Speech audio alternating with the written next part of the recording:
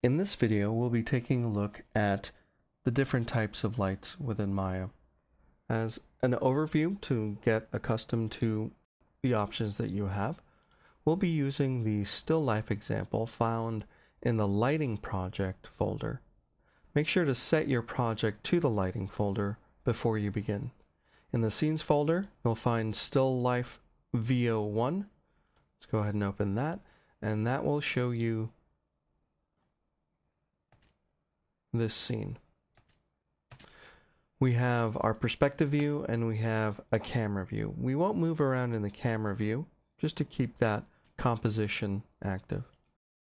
I'm going to go ahead and turn off wireframe so we can take a nice look. Now again, if you just go ahead and render the existing camera with no lights in your scene, you will have Maya's default light. And this fills in much the same as what you see here. Now let's go and press 7 for lighting view, and you'll see there are no lights. 7 will not show you what the default lighting is. However, being in 5 mode in shaded view certainly will. The different types of lights available to you are all found under the Create menu under the Lights submenu. Let's tear off that menu so we have our list.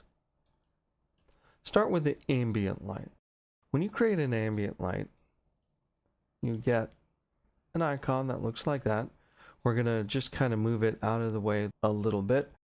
An ambient light's position is not terribly important because an ambient light casts an even light throughout your scene. The only importance on its position is its proximity to objects, more or less. But again, it's a very, very even light and leads to a very milky and washed out appearance.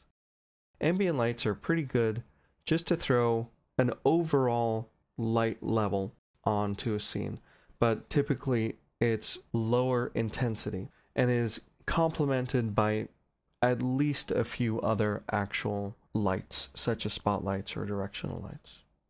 Our next light to take a look at is the directional light. Let's go ahead and delete the ambient light, and let's go to 7, and let's open the directional light. Let's move it on up. As you can see, the placement of directional light does not really affect the lighting on the object. A directional light is all about its orientation. So when we rotate it around, we see light coming from that direction in parallel, even lines. This type of light is good for many uses, including simulating a sunlight. Let's go ahead and set this up and take a look in our render view on the camera. And you'll see you'll get a pretty nice directional feel. This is a pretty good light for a fill light, but can also be used as a key light and even a rim light quite easily.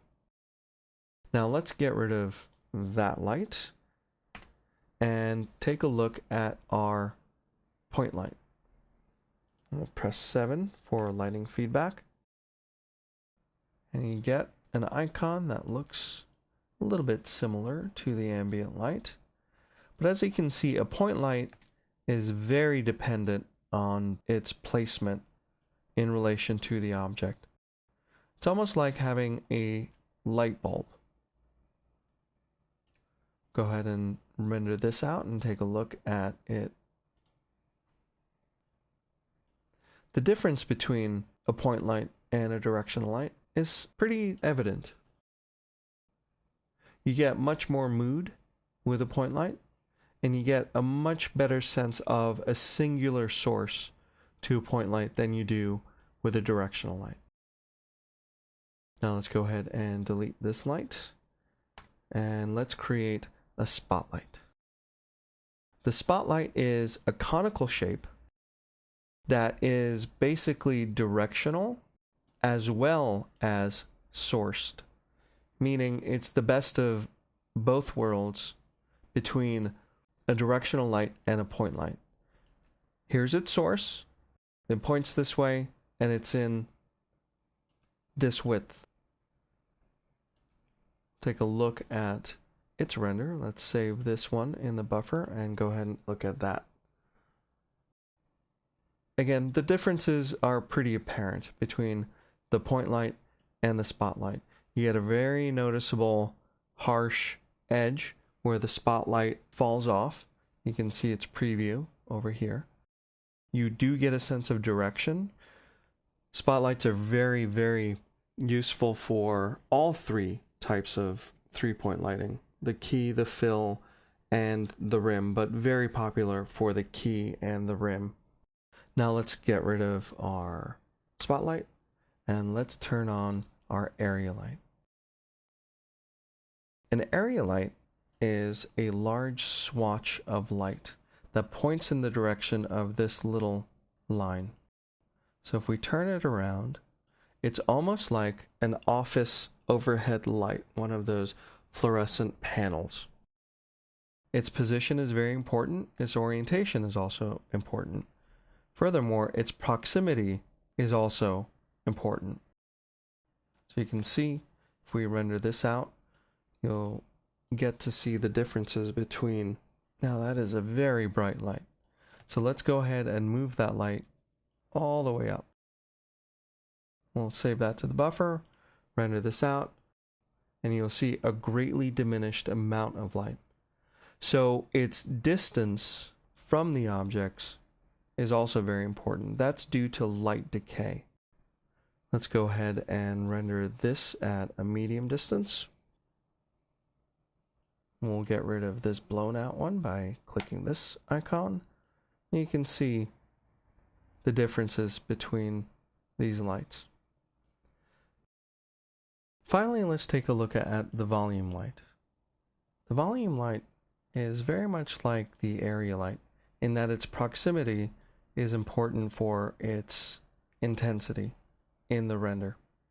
It's also very much like the point light in that it has a singular source, but where the volume light really excels is that it allows you to kind of see where that light is going to fall within that volume. Now here's the funny bit. You can see what's going on in the viewport. However, when you go to render, if you have Windows 64-bit and you're using Autodesk Maya 2012 or 2013, there's a known bug where it won't render using Maya software. For right now, let's go ahead and change to Mental Ray. We won't touch any other settings. Let's go ahead and render this now. You'll see that you've got a beautiful and very soft, delicate light that falls off into black, basically where the edge of our sphere is. The light is contained within that volume and is very easy to tell where your lights are going to be and where they're going to fall off. We can change the parameters of lights, which we'll taking a look at in another lesson. But by and large, in this video, we took a look at the different types of lights that Maya has and the relative renders that you get from each light.